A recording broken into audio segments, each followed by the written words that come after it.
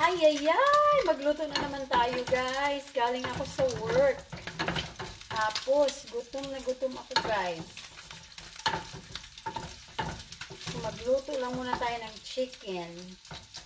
At saka, may rice naman ako. So, chicken na lang. Pinirito lang to, guys. Kasi hindi ko mahilig sa ano eh. Yung mga paksiw, mga ano ba yan? Mga tinola. Hindi ako mahilig niyan. So, prito lang talaga, guys. Masarap na to.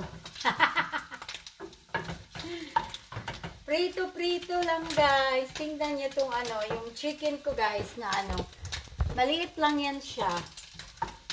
Yan lang ang piniprito ko, guys. Yan lang, ganyan. Baliktad-baliktarin lang.